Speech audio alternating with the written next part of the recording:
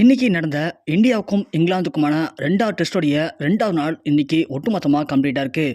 So முதல் டெஸ்ட்டில் எப்படி இந்தியா கோட்டை விட்டுச்சோ அதே மாதிரி இந்த டெஸ்ட்லையும் இந்தியா கோட்டை விட்டுறக்கூடாது அப்படிங்கிற கணிப்பில் ஏகப்பட்ட ரசிகர்கள் காலையிலேருந்து இந்த மேட்சை விரித்தனமாக பார்த்துருந்தோம். அப்படி எப்படி முதல் டெஸ்ட்டில் முதல் இன்னிங்ஸில் ரொம்ப அற்புதமான ஆட்டத்தை விளையாண்ட இந்தியா 2வது இன்னிங்ஸ்லையும் அதே மாதிரி கோட்டை விட்டுவான்னு நினச்சோம். ஆனால் 2வது இன்னிங்ஸில் ரொம்பவுமே அழகான ஒரு ஆட்டத்தை வெளிப்படுத்தினாங்க. ஸோ 2வது டெஸ்ட்டில் 2வது இன்னிங்ஸில் செகண்ட் டேவில் நம்ம இங்கிலாந்தை சுத்தமாக எழுந்திருக்கவே விடலை. அந்த அளவுக்கு தட்டி தட்டி தடுமாற வச்சு அவங்கள எழுந்திருக்க விட அளவுக்கு அடின்னு அடித்து ஒட்டுமொத்தமாக துவம்சம் பண்ணியிருக்காங்க. இதற்கு மிக முக்கிய காரணமே இந்தியாவுடைய பேட்டிங்கில் எல்லாருமே சூப்பராக ப்ளே பண்ணலை. அதை கண்டிப்பாக சொல்லியே தின்னும். 2வது டெஸ்ட்டில் முதல் இன்னிங்ஸில் நம்ம ஜெய்ஸ்வால் அவர்கள் ஒரு அபாரமான ஆட்டத்தை வெளிப்படுத்தினார். அதே மாதிரி செகண்ட் டெஸ்ட்டில் செகண்ட் இன்னிங்ஸில் நம்மளுடைய சுமன் கில் ஒரு சதம் அடித்து அவருடைய அற்புதமான ஆட்டத்தை வெளிப்படுத்தினார். இப்படி ரெண்டு பேருமே சூப்பராக ப்ளே பண்ணல அப்படின்னா கண்டிப்பாக இந்த அளவுக்கு நல்ல ஸ்கோரானது அமைஞ்சிருக்காது. அதை தாண்டி இந்த கம்மியான ஸ்கோரை கூட அடிக்க விடாமல் நம்மளுடைய பவுலரில் சூப்பராக ப்ளே பண்ணது யாருன்னு பார்த்தோம்னா 2வது டெஸ்ட்டில் 2 இன்னிங்ஸ்லையுமே நம்மளுடைய பும்ரா மட்டும்தாங்க. 2வது டெஸ்ட்டில் முதல் இன்னிங்ஸில் குல்தீப் யாதவ் கை கொடுத்தாலும் கூட 2வது டெஸ்ட்டுடைய 2வது இன்னிங்ஸில் நம்ம அஸ்வினும் சூப்பராக கை கொடுத்தாரு. ஆனால் பும்ரா 2 மேட்ச்லையுமே சூப்பராக ப்ளே பண்ணியிருந்தார். அவர் மட்டும் அந்த அற்புதமான பவுலிங் வீசி எல்லாருமே திக்குமுக்காட வைக்கல அப்படின்னா கண்டிப்பாக இந்தியா ஜெயிச்சிருக்க முடியாது.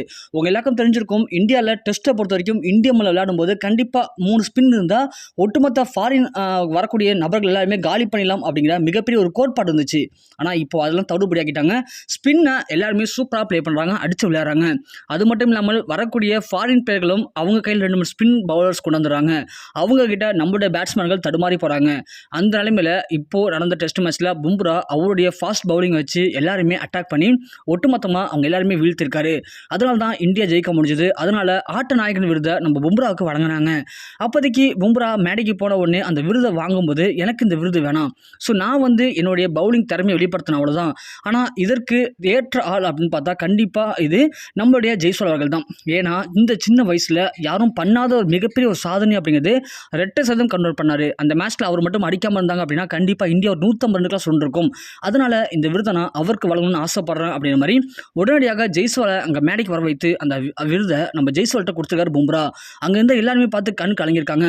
உண்மையிலேயே நல்ல ஒரு கேப்டனாக நல்ல ஒரு மனிதனாக இருந்தாங்க அப்படின்னா கண்டிப்பாக அவர் ஏகப்பட்ட விருதுகளை வாங்கியிருக்காரு, வாங்கி குமிச்சிருக்காரு. அதனால் வளர்ந்து வரக்கூடிய சந்ததிகளுக்கு வழிவிடணும் அப்படிங்கிற மிக முக்கியமான நோக்கத்திலையும் அடுத்தடுத்து அவர் இன்னும் பல சாதனைகள் பண்ணணும் அப்படி நோக்கத்துக்காகவும் அந்த விருதை வாங்கி ஜெய்ஸ்வால்கிட்ட கொடுத்துருக்காரு. ஜெய்ஸ்வால் அதை வாங்கிட்டு ரொம்பவே கண் கலங்கியிருக்காரு.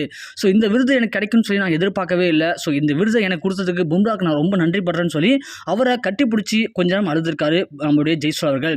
அது மட்டும் இல்லாமல் பென் ஸ்டோக்ஸ் அவர்கள் இந்த மேட்சில் தோல்வி கொடுத்து பேசியிருக்காரு. கண்டிப்பாக இந்த மேட்சில் தோல்விக்கு காரணம் நாங்கள் தான். முதல் டெஸ்ட்டில் எப்படி இந்தியா அவங்க ஈஸியாக தோக்கடிச்சோமோ அதேமாதிரி நாங்கள் ரொம்பவே எளிமையாக நினச்சோம் இந்தியாவை. ஆனால் இந்தியா யாருங்கிறத எங்களுக்கு ப்ரூவ் பண்ணிட்டாங்க. கண்டிப்பாக அடுத்தவங்களுடைய 3 டெஸ்ட்லையுமே எப்படியா நாங்கள் இந்தியாவை வீழ்த்துவதற்கு கடுமையாக போராடுவோம், கண்டிப்பாக வெற்றி பெறுவோம் அப்படிங்கிற மாதிரியும் பென் ஸ்டோக்ஸ் சில வார்த்தைகளை பேசியிருக்காரு. அதனால் அடுத்து வரக்கூடிய மீதி இருக்கிற 3 டெஸ்ட்டுமே கண்டிப்பாக பரபரப்புக்கு பஞ்சமே இருக்காது அப்படிங்கிறது மட்டும் உறுதியாக இருக்குது. இப்போதைக்கு இவங்க பேசக்கூடிய விஷயங்களை வச்சு பார்க்கும்போது கண்டிப்பாக அடுத்த டெஸ்ட்டுகள் எல்லாமே ரொம்பவுமே பார்த்தோம்னா காட்டுமாடித்தனமாக விளையாட போகிறாங்க. அதில் எந்தவித மாற்று கருத்தும் கிடையாது. ஸோ கண்டிப்பாக அப்படி காட்டுமாடித்தனமாக விளையாண்டாலும் கூட இந்தியா நம்ம இங்கிலாந்தை பீட் பண்ணி இந்திய மண்ணில் அவங்களுடைய ஆதிக்கத்தை செலுத்துவாங்களா, இந்தியா ஜெயிக்குமா, என்ன நடக்க போகுது, உங்களுடைய கருத்து என்ன அப்படிங்கிறத கீழே மறக்காமல் கமெண்ட் செக்ஷனில் பதிவு பண்ணுங்கள்.